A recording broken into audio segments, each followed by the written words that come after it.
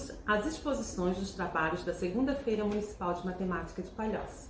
Saibam que elas acontecerão até o dia 15 de junho, sempre às 9, às 15 e às 19 horas. Convide seus familiares e amigos para prestigiarem os participantes da feira. Os incentive, os acolha, curtindo e comentando os vídeos. Estamos felizes em compartilhar com vocês essas propostas tão ricas. E agradecemos o empenho e dedicação de todos e todas que se dispuseram a participar deste evento, inscrevendo seus trabalhos. Aproveitem!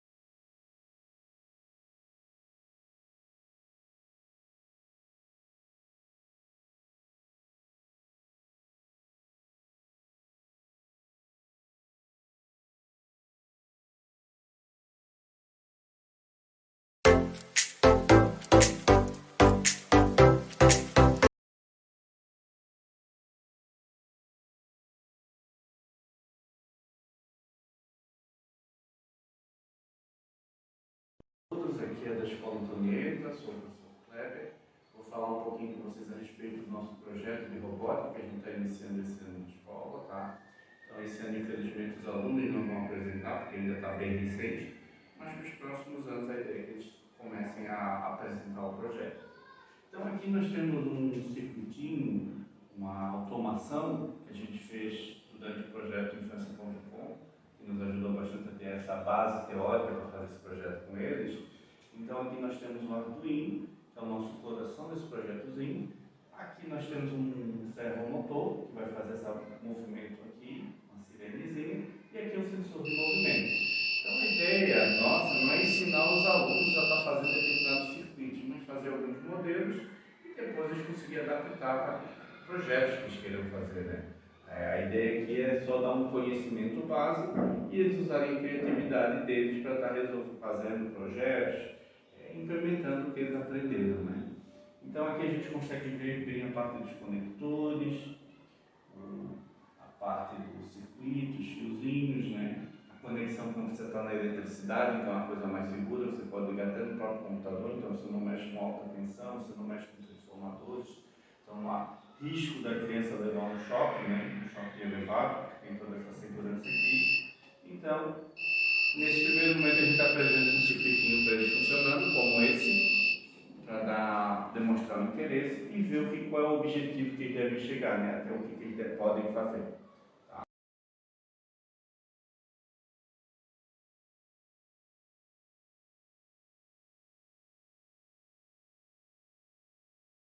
Aqui um dos nossos problemas desse projeto é a questão do custo, né? Se a gente for fazer esse projeto com a criançada aí toda, o quanto de material que a gente vai ter que ter. Então, uma alternativa que é muito interessante, esse site aqui, Tinkercad, ele permite você simular os circuitos, inclusive o próprio Arduino aqui, e ter uma quantidade de componentes ilimitados aqui, porque você não vai ter custo, é só programação, então você acaba podendo estar mexendo com os componentes, montando eles, escolhendo cor, escolhendo capacidade, sem custo nenhum. Então é simplesmente a simulação que você pode estar montando os circuitos aqui sem problema nenhum. Então você tem esse circuito aqui, é o mesmo que a gente viu ali, eu consigo simular ele, fazer todo o funcionamento. Aqui nós temos o sensor de movimento, aqui nós temos o servomotor, aqui nós temos o Arduino, as mesmas pinagens, então eu posso estar fazendo as ligações e simulando o funcionamento. Se funcionou aqui, vai funcionar lá, então se não funcionar aqui, também não iria funcionar aqui. Então eu tenho toda essa gama de possibilidades, escolher cor do fio, eu tenho os componentes, vários outros componentes que a gente não usou, eu tenho LEDs coloridos, eu tenho outros tipos de sensores, eu tenho, no caso, posso até simular uma bateria, em vez de eu não quiser ligar no monitor ou no computador, eu posso simular uma bateria. Então aqui eu posso aumentar meu leque de possibilidades, botando mais componentes, botando mais possibilidades, isso sem custo nenhum, é só realmente incentivar a gurizada a estar pesquisando, tentando fazer. Se não funcionar aqui não vai ter nenhum tipo de prejuízo, não vai queimar nenhum componente, então eles podem fazer sem medo nenhum. Se não funcionar, simplesmente tem que se recomeçar, tentar. Então tem total liberdade aqui para eles estarem fazendo, aprendendo, sem medo de qualquer problema, né? Temos as plaquinhas de contato aqui, que é o que a gente encontra ali, que é aquela partezinha que não aparece ali que eu retirei, mas geralmente quando a gente vai fazer o projeto a gente faz nessa matriz de contato, né? Para facilitar as conexões, não ter que estar soldando no primeiro momento. Aqui nós temos os microcontroladores que a gente usa, o Arduino, mas tem outras possibilidades, então é uma questão de pesquisar. A ideia aqui nossa vai ser que os alunos conheçam alguns circuitos em sala e saibam utilizar, mas também que venham com propostas de verificar no Facebook, no YouTube, no Google, onde eles encontrarem projetos, e tragam para a gente tentar fazer junto. O objetivo aqui não é sobre fazer a coisa funcionar, é sobre aprender o que eles conseguem fazer, as curiosidades que eles podem estar adquirindo, né? As curiosidades que eles podem estar satisfazendo, até onde o conhecimento e a curiosidade deles podem levar eles.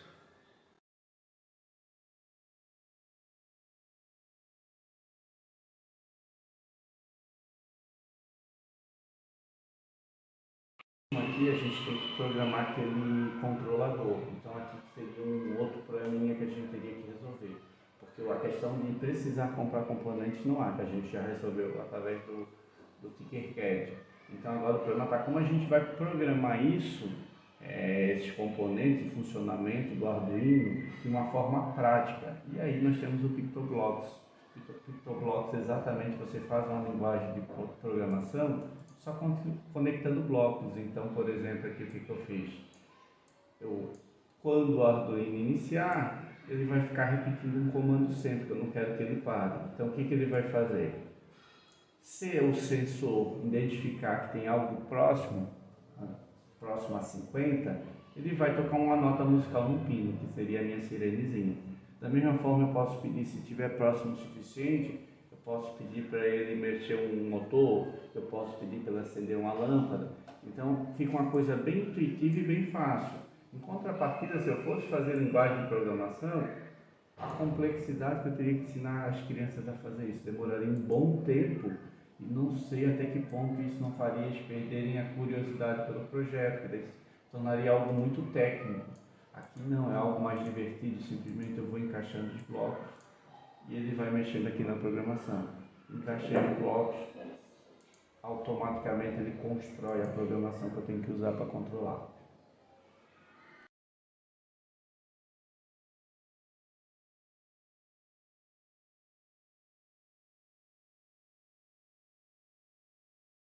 Então, para finalizar, tudo que a gente fez ali de forma bem simplificada foi usado para construir esse circuitinho aqui, o sensor de movimento, a sirene, tá? Então, nosso objetivo é colocar a gurizada em contato nessa área de tecnologia, que é uma área muito forte, e para ver se eles demonstram interesse ou não, até começar a dar uma ideia do que eles vão fazer no futuro, tá? Então, espera-se que ao trabalhar isso, nós vamos desenvolver também o raciocínio lógico matemático. Então, as crianças, por exemplo, vão entender que muitas vezes um problema, eu não preciso fazer ele todo de uma vez, eu vou fazendo em passos.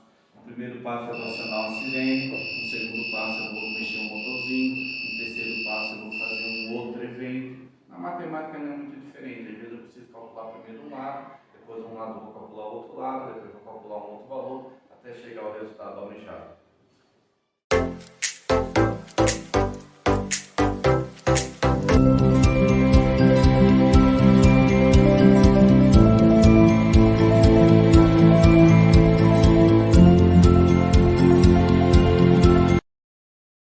Olá, eu sou a professora Nathalie, trabalho na sala de AE da Escola Neri Brasiliano Martins e realizo com os alunos público-alvo da educação especial os atendimentos individuais em dupla no contraturno. Quando fazemos o planejamento do AE, pensamos nas observações e registros de cada aluno e, conforme a demanda de aprendizagem, criamos as estratégias de trabalho. Então, quando percebemos a dificuldade relacionada aos conhecimentos da matemática, é necessário incluir ações e recursos concretos que possam auxiliar os alunos na aprendizagem e interação com esta demanda. Eu gosto muito de usar sequências didáticas semanais com temas diversos ao longo do ano. Assim é possível explorar conceitos de maneira interdisciplinar e também levar em conta o interesse de cada aluno. O retorno do AE de forma presencial nesse ano foi um desafio e com ele a gente precisou reorganizar vínculos e relembrar rotinas. Então, quando iniciamos o trabalho no início do ano, usamos como tema central as emoções e sentimentos. E agora vamos dar continuidade nessa temática, porém incluindo sempre um conteúdo relacionado com os componentes curriculares do ensino fundamental. O recurso central desse projeto vai ser o livro Todas as Pessoas Contam. Ele é um recurso lúdico que trabalha o conhecimento matemático relacionado com as pessoas, suas semelhanças e suas diferenças, e como cada uma delas interage na sociedade. Este livro ele é muito legal. Em cada página ele apresenta um número e faz relação com as pessoas e o que elas estão fazendo, quais são as suas ações. Com ele é possível a gente explorar diversos conceitos: quantidade, sequência numérica, maior e menor, antecessor e sucessor e as 4 operações. A primeira atividade que a gente vai realizar será a leitura em conjunto do livro e conversar sobre as informações que ele tem. Porque esse livro ele não é apenas uma história sobre números, ele também fala sobre as pessoas, sobre o lugar de cada uma no mundo, sobre as semelhanças e as diferenças que cada uma tem. Na segunda atividade, a gente vai propor a realização do jogo Cores e Pessoas, onde os alunos precisam jogar os dados numéricos e encontrar na folha a imagem de uma pessoa com os números correspondentes. Aí, com a cor correta, é só pintar a cor indicada no valor do dado. Foi um momento de diversão e concentração. Eles adoraram e fizeram seus registros e tiveram uma ótima interação nessas duas primeiras atividades que já foram aplicadas, né? Registraram no caderno o título do livro e também a folhinha do jogo das cores com as pessoas.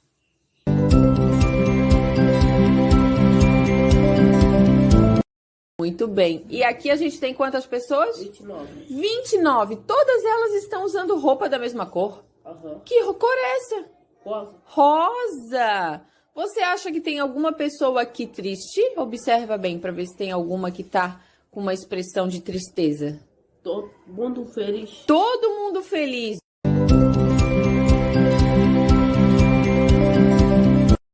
Vamos colar um. Isso, garoto. Muito bem. 2. Onde tá o 2? Cola. Isso. Vamos procurar o número 3 agora. Onde que tá? O 3 aqui? Muito bem.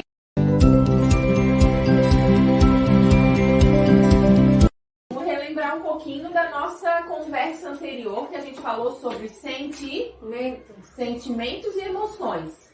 Essas cores aqui, lembra que representavam alguns sentimentos. A vermelha representava o quê? Raiva. Amarelo representava quando a gente estava... Alegria, muito bem. O verde representava... Natureza. Parecido com a natureza. Calma. Calma, muito bem, porque a natureza é calma, é isso mesmo. O azul representava quando ele estava... Lágrima. Triste, muito bem, lágrima. O cinza, Vitória, deixa a Vitória lembrar. Quando ele sentia o quê? Esse eu sei. Medo. E o último é quando ele estava Amor. apaixonado. Amor.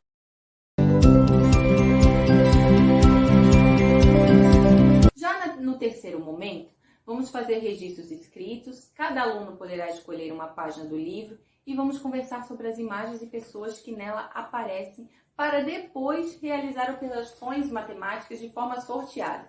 Então, cada aluno vai escolher uma página.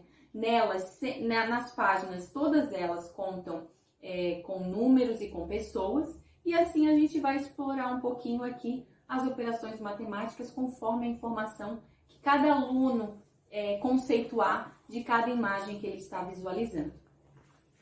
E a última atividade lúdica que será aplicada nesse projeto é um recurso que existe nesse próprio livro. Ele se chama Jogo de Segredos e Respostas e que, na verdade, foi o que me chamou a atenção quando eu tive contato com esse livro, porque eu percebi que seria muito útil para explorar conceitos matemáticos. Eu adaptei o recurso e vou transformar ele em um jogo de tabuleiro, pois eu percebo que os alunos têm muito interesse quando a gente aplica esse tipo de recurso, jogo de tabuleiro, né? E eles interagem de forma muito divertida e positiva. Então, ele vai ficar neste formato aqui e as crianças vão usar os pinos e os dados numéricos para fazer a sequência do jogo. Em cada quadrado azul desse, nós temos perguntas e elas precisam ser respondidas de acordo com o que acontece em cada página do livro. Então, as crianças vão precisar buscar as páginas corretas para fazer as respostas, né? A aplicação dessa sequência ela já começou agora no mês de maio e a gente vai se estender um pouquinho até junho. Espero concluir ela, né, de forma positiva, aplicar de forma interativa e com muita diversão, pois as crianças matriculadas no AE, elas necessitam desses recursos e desses materiais lúdicos para auxiliar no processo de aprendizagem.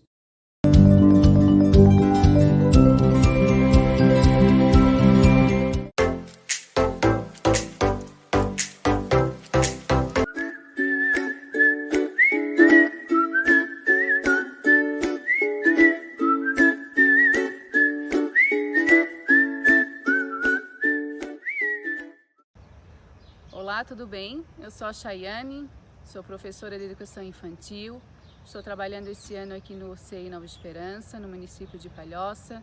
Eu trabalho na turma do GT5, são crianças de 5 a 6 anos, a turminha da pré-escola, e comigo trabalha junto a professora Tânia, que é a professora da educação especial. Estamos trabalhando a matemática através da história Lagarta Muito Comilona de Eric Carle. A gente vem buscando trabalhar com as crianças, da educação infantil, uma proposta mais lúdica, mais dinâmica, para que haja uma interação das crianças nesses momentos. Um dos nossos objetivos é levar para as crianças os conceitos matemáticos através da natureza, envolvendo a ludicidade como a parte principal desse momento, desse fazer pedagógico. A seguir, nós vamos apresentar para vocês algumas experiências que foram realizadas com as crianças através dessa proposta da história Lagarta Muito Comilona.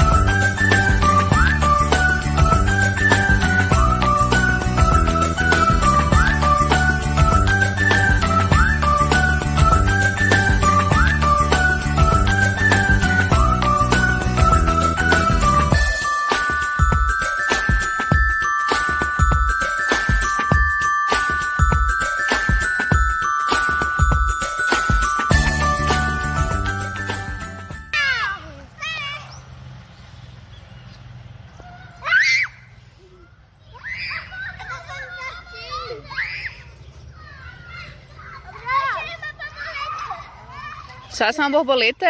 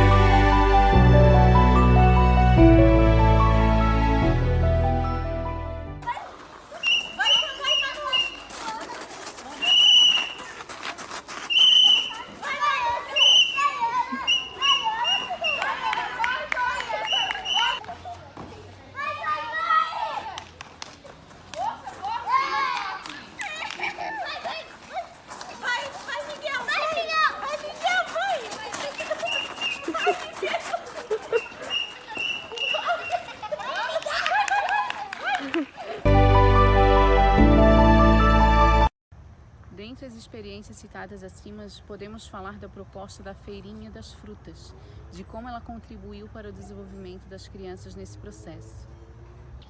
Trabalhamos nessa proposta a noção de quantidades em números, tamanho, peso, raciocínio lógico, alimentação saudável, o trabalho em equipe, a criatividade, a imaginação, o faz de conta, espaço, tempo, cores e formas. E tudo isso contribuiu para o desenvolvimento das crianças através de seus conceitos matemáticos. Agradecemos a oportunidade de compartilhar com vocês as nossas vivências na segunda Feira Municipal de Matemática do município de Palhoça.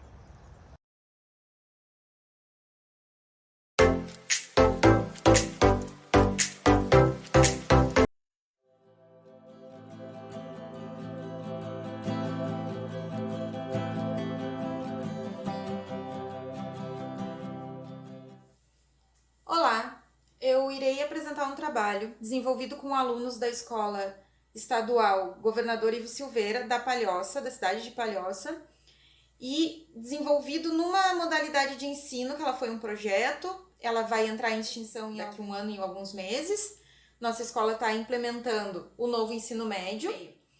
Nessa modalidade, eu acho importante a gente ressaltar que nós temos 7 aulas semanais de matemática, mais alguns projetos, estudos orientados, que são momentos que os alunos têm o professor em sala para ajudá-los a orientar como seria o estudo dele, em que ele tem que focar, de acordo com as datas e tudo. Acontece, nós conseguimos desenvolver esse projeto devido a essa quantidade de aulas que nós temos. Esse projeto vem de uma inquietação, porque a BNCC, assim, pronta para o nosso ensino médio. E o currículo do território catarinense saiu para o ensino médio também há muito pouco tempo, relativamente, né? E o novo ensino médio vem contando com todas essas mudanças.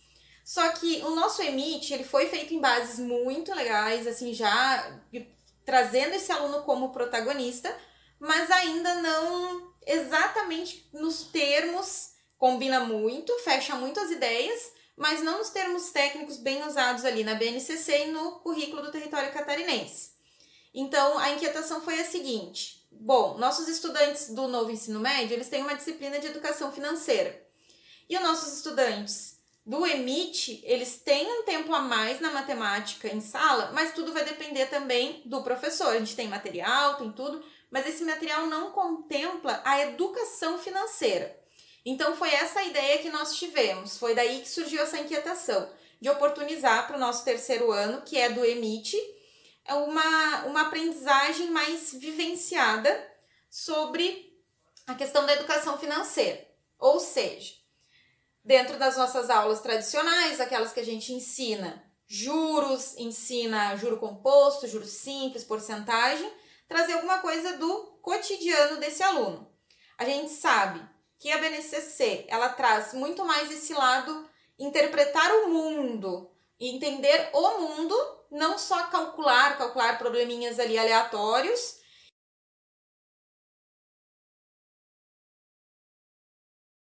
Ele é um projeto de educação financeira, então, ele é baseado em situações fictícias, ou seja, nós criamos algumas situações para esses alunos resolverem.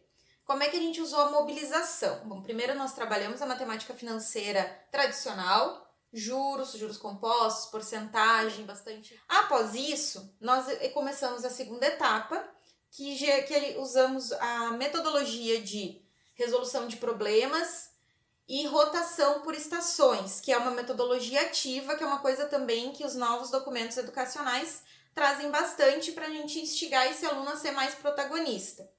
Então, nós selecionamos 4 problemas e dividimos cada turma, foram 3 turmas que trabalharam dessa forma. E aí cada estação, cada mesa redonda, fomos para o espaço do laboratório de matemática, nós colocamos 4 grupos separados, são turmas pequenas que nós temos no EMIT, em torno de 20 a 25 alunos. Colocamos em cada uma dessas mesas um problema de matemática financeira com solução aberta. Então, por exemplo, nós perguntávamos se um investimento valia mais que o outro. No começo, juros compostos, juros simples. E aí, eles iam calculando. Determinado mês, o juros simples ainda rendia mais, né? Pela característica linear desde o início.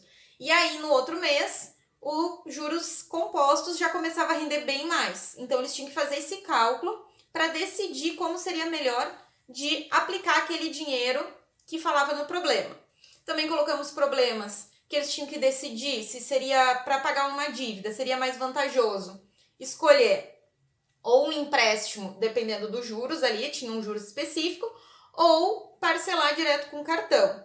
E aí a gente vai discutindo tudo isso, eles foram anotando de acordo com os grupos. E na rotação com a estação, o que vai acontecer? Grupo 1 está no problema 1. Depois de meia hora, dependendo da turma, do rendimento da turma, toca o despertador, esse grupo 1 vai para o problema 2. E aí, o outro grupo, o grupo 4, no caso, viria para o problema 1. Só que as respostas desse nosso primeiro grupo ficam na mesa. Então, eles podem olhar, concordar ou discordar, fazer da mesma forma ou não. E o que é pedido é que eles façam da forma mais criativa possível.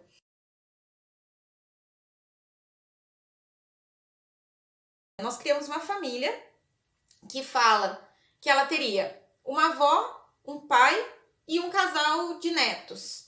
E nesse momento, o que eu quis fazer? E às vezes eu digo nós, e às vezes eu digo eu, mas a questão é, na nossa escola, com essa questão do EMIT, nós temos reuniões diárias. Somos no diurno 7 professores de matemática. E a gente tem essa reunião semanal. Então, nós conseguimos discutir e pegar ideias uns dos outros. Então, eu montei ali a família fictícia, né? E eles receberam uma planilha de gastos. Essa planilha teria conta de gás, conta de luz, aluguel, pagamento da faculdade, que também não foi especificado. Então, eles poderiam dizer que essa faculdade era do pai, da avó, do neto. Poderiam dizer que o neto era criança. Então, essas soluções eles poderiam montar. Também foi oportunizado para eles que eles mudassem essa configuração familiar. E daí, montaram-se os grupos tinham etapas para seguir e começamos a trabalhar. Eles sortearam um problema. Então, a gente tinha dentre esses problemas que essa avó cairia num golpe e teria no contra-cheque dela um desconto de um empréstimo que ela não fez, R$600. Tinham problemas que eram da Receita Federal, bloquear CPF porque não fez a declaração do imposto de renda. Também fizemos alguns de desemprego, outro com pandemia. Então, cada grupo sortearia o seu problema. Então, ninguém faria um trabalho igual a ninguém. E todas essas etapas que aconteceram foram nomeadas no projeto. Então, a gente botou lá para os alunos. Etapa 1, sentar e fazer uma chuva de ideias. Etapa 2, anotar. E durante a avaliação também, que é muito importante nessa parte, na avaliação nós colocamos que eles teriam que fazer um diário de bordo toda vez que a aula fosse para isso. Levou em torno de 3 semanas de 7 aulas. Então, eles sentavam e escreviam o que eles estavam fazendo, todas as ideias, o que eles mudaram, o que eles iam seguir fazendo como estavam. Teve alguns que mudaram de ideia no meio do caminho.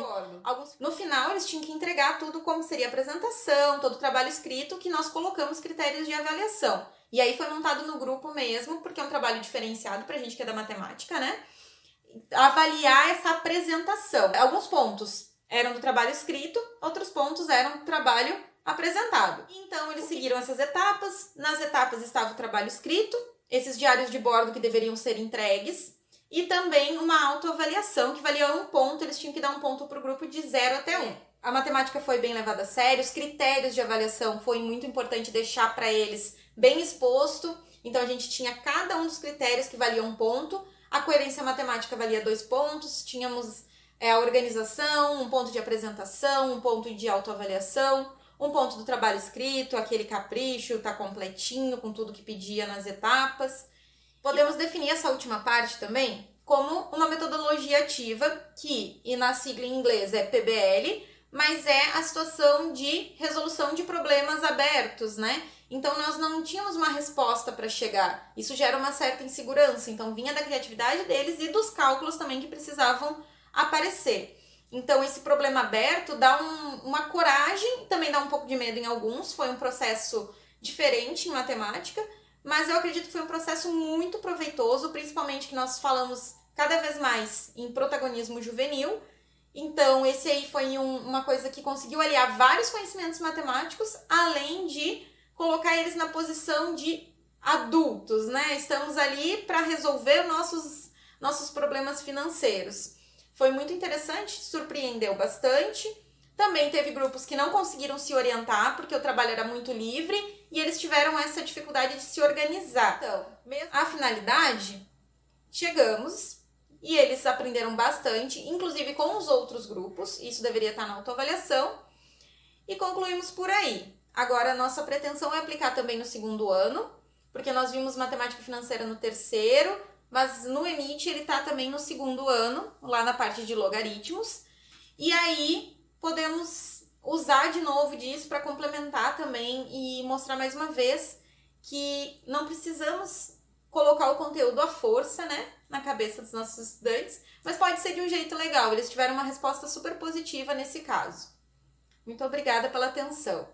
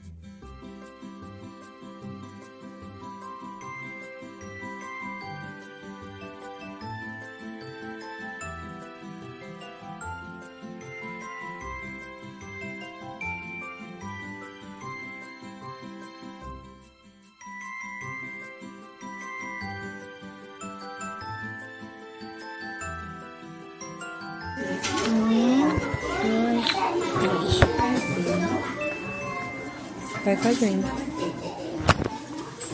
1, 2,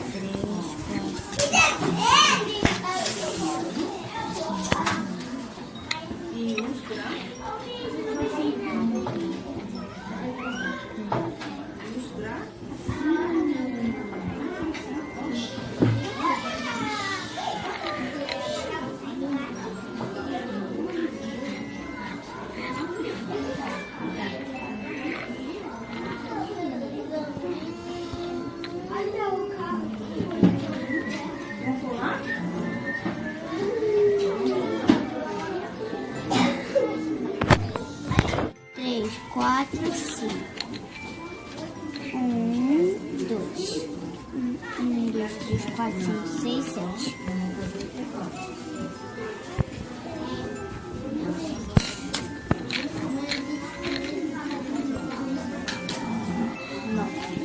1, 2, 3, 4, 5, 6, 7, 8, 9.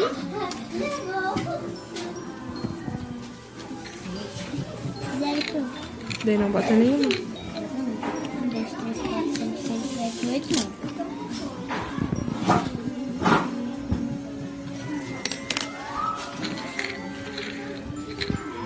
1, 2, 3. 1, 2, 3, 4, 5, 6, 7. 1, 2, 3, 4, 5, 6, 7, 8, 9, 10.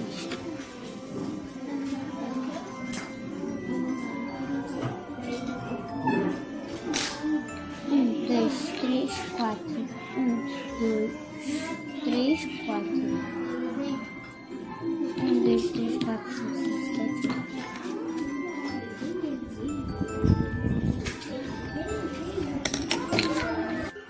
Passa a lata pela roda, sem a roda desmanchar. Quem ficar com a lata, 2 números irá tirar. Heloísa, tira 2 números.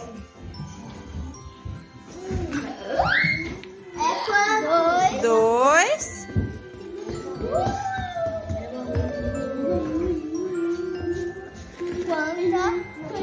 E 1, agora joga o dado. Só um pouquinho, põe do ladinho assim. Joga o dado. Joga de novo que bateu na tampinha. Menos. Ai, 2 menos 1. Pega 2 tampinhas.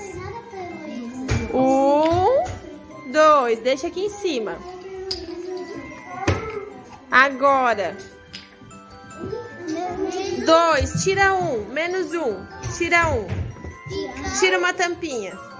Quanto que ficou? 1. 2 menos 1 dá? 1. Muito bem. Vamos colocar a lata de novo.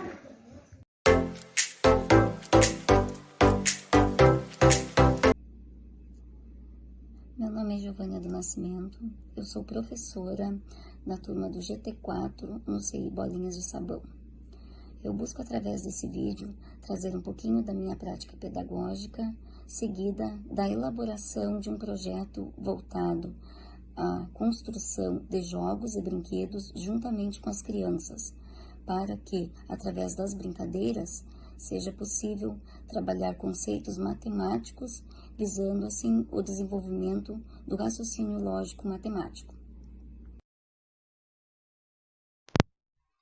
Inicialmente, busquei diversificar os jogos e materiais na sala à disposição das crianças. Sendo assim, pude identificar que algumas crianças da turma destacavam-se no aspecto cognitivo do raciocínio lógico, pois praticavam com frequência em suas casas, em momentos de jogos em família. A partir de então, me veio a preocupação em sanar as carências que as demais crianças apresentavam. Passei a sentar e a jogar com eles, e pude perceber que o interesse pelos jogos só aumentava. Sendo assim, me ocorreu a ideia de elaborar um projeto voltado ao tema.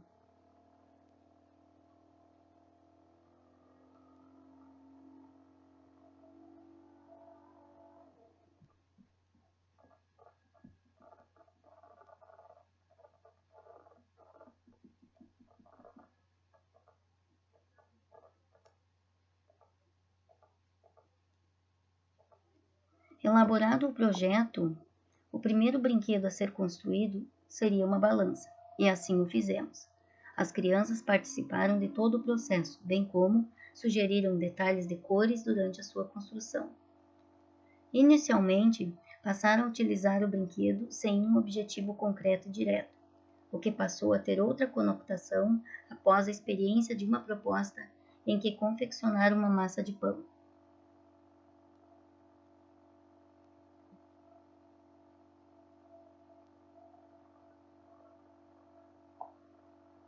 Durante a proposta de confecção da massa de pão, trabalhamos as quantidades e, após formada a massa, através do material concreto e experiência direta, foi possível trabalhar diversos conceitos matemáticos, tais como peso, forma, frações, maior, menor. Certamente foi uma rica experiência sensorial que favoreceu muito o aprendizado do grupo.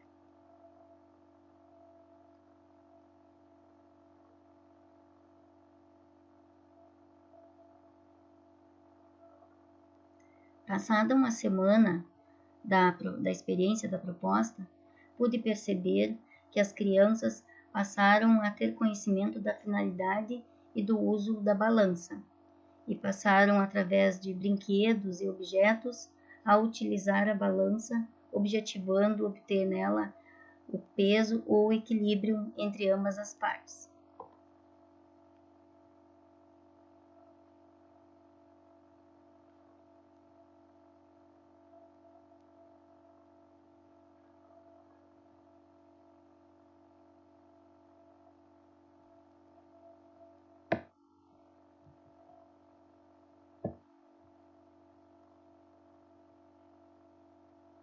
Diariamente, as crianças, em diversas situações, constroem objetos que serão utilizados em jogos e brinquedos futuramente, sempre com o objetivo maior do desenvolvimento do raciocínio lógico matemático.